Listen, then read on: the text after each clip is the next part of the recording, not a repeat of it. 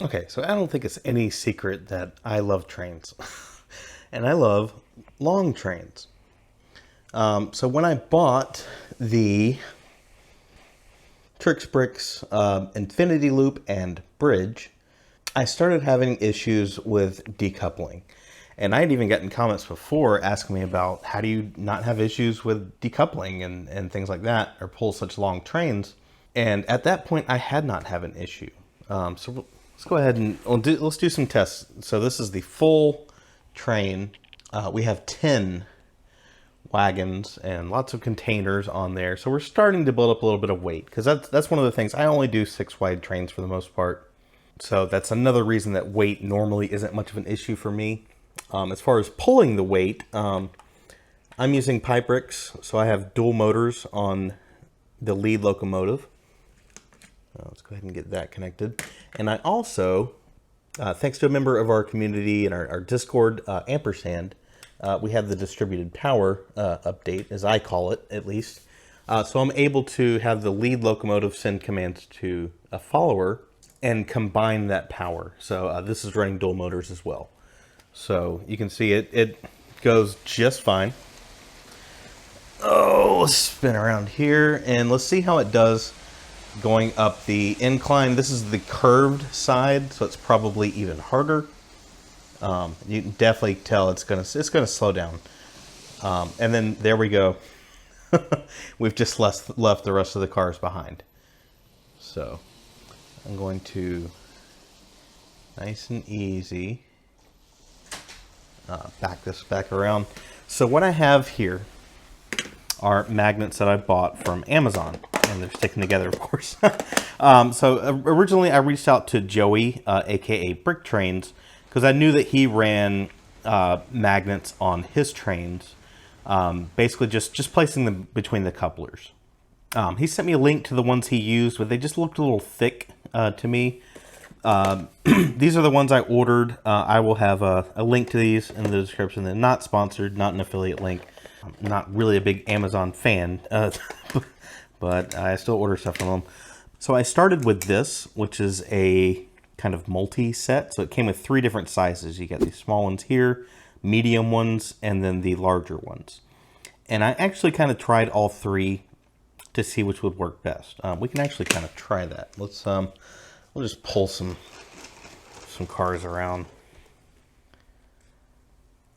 So, and we're just going to place them between there. And also, of course, you can just use the studs on top of the couplers. Just put like a 1x2 tile, and that will hold them together just fine. That's actually what I did for a lot of the filming of that PyBricks haul video. So first, let's try. This is going to be, what is this? That's the largest size. And you can see it's offset there, but if I just kind of click it on there, it'll be fine. And I just kind of compared how they pulled apart. That's doesn't seem like much, but I think it is a stronger bond than you would normally see. We'll try the smallest one here. And that's still fairly easy. And I don't think it's really the size of the magnets. It's the size compared to the magnets inside of here that really makes the difference. Oh, got another sideways. All right. So this is the medium size. And this is, to me, just playing around like this, this feels like the strongest connection. So after I bought this multi-set to try, I wanted to try different sizes. I bought this set. Oh, let me get it open. And this is all that medium-sized magnet. So first off, let's just try this. Let's just take this single magnet. And this is where we decoupled on that last run. Get it on there nice and centered. Get a good connection. And let's see how it does. I also need to replace the rubber bands on the wheels on the locomotives to get a little more traction when it's going up like this. I think that would be helpful. Well, that kind of did it. Nope, nope, nope, nope, nope, nope. Okay, so we still lost connection there. It's doing pretty good. Coming back around. Oh, slow down, slow down. Oh, nice and easy. Okay. I'm just gonna pull right from where that was. I want to see if these were just misaligned. That's definitely misaligned. So what I'm going to do, if you ever have this problem, you can just do this. Just go up and down with either of them until you hear a good click like that. And that's definitely stronger. And I have kind of noticed a variance between, you know, all of these buffers. Some are better than others.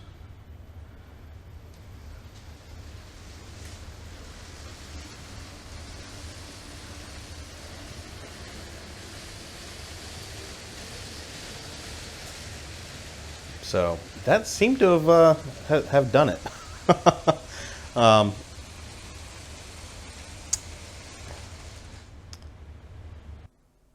So that's pretty great. Maybe I ordered too many. But I would have to do a lot more testing to see how many I would really use. As long as the batteries are similar charge between the front and rear locomotive, they should stay together as a unit very well. I had problems with them disconnecting from each other, but once I looked into it, one of the batteries were just about dead compared to the other locomotive.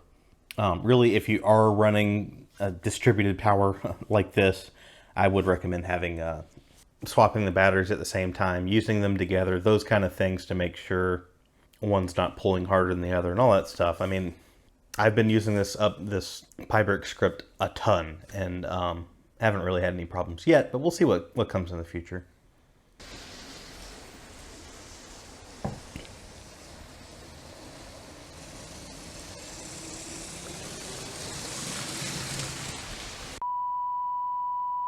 Okay, so we had another split here. I guess I could try to put one right there. That's where it pulled apart last time. So again, this might just be these are weaker for whatever reason.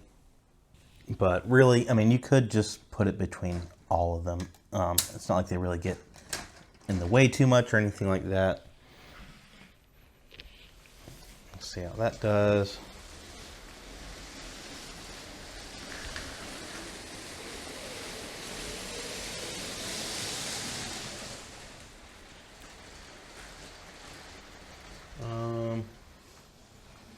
Yeah, it's just another spot. So I'll probably just go through and put magnets between all of them to make sure we don't have any issues like that. I think it's harder for it to get up the curved incline. I'm not really sure. So I'm going to go ahead and put magnets between all of the wagons here and then just run it for a while and see if I get any disconnects. Okay, this is spectacular. So I did replace the rubber bands on the wheels. For the ones that PyBricks sells, I think you get one free one with it's in the kit when you get like the infinity loop or anything with an incline. And so I've bought several sets. So I have actually all 1, 2, 3, 4 motors, all with those on there. It does so good in this incline, despite pulling 10 cars behind it. And again, I'm having no issues with the couplers, and I have magnets between all of the wagons. I think the last wagon doesn't have one. I didn't worry with them between the locomotives because that is kind of an indicator if the batteries are going flat on maybe the one in the back. That would tell me there's an issue. So that's why, and they seem to do fine. So that's why I didn't put magnets there. But I'm pretty stoked about this. Because if you saw that video, locomotives do struggle with inclines. for sure. That's why real trains don't just go up hills like that. So this is really cool, and I love the way it looks going over the bridge, and I love the speed it's able to maintain. This is incredible.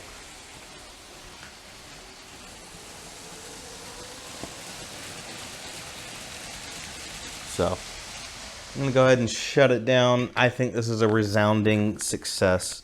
Again, I'll have links to the magnets in the description. If you are going to be using PyBricks or just doing your own inclines, using upgraded rubber bands to get more traction is probably very helpful. You don't have to get the ones from PyBricks.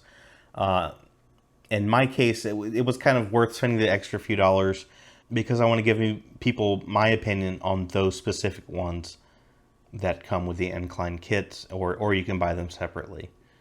I think they probably are a little bit overpriced for what they are, but I will keep an eye out for an alternative. But I think the Maersk train, I just love it so much. I think this will be my incline runner when I have bridges set up because it looks so great and works so well. If you want to learn more about running motors together like this, I'll link the GitHub page, but the best thing to do is join our Discord. That's where this idea kind of came from. And again, one of our community members, Ampersand, set all this up. So I'm really appreciative of that. If you want to support the channel and what we do here, you can join our channel memberships. And I am very thankful to that group for helping to keep the lights on here. And there are lights. I brought these lights down from downstairs. Got a few lights up here. You know, this guy, he's going to eat me out of house and home. He loves his food and loves walking through right at the end of videos, just like the last one. But anyways, thank you all for watching, and we'll see you in the next one.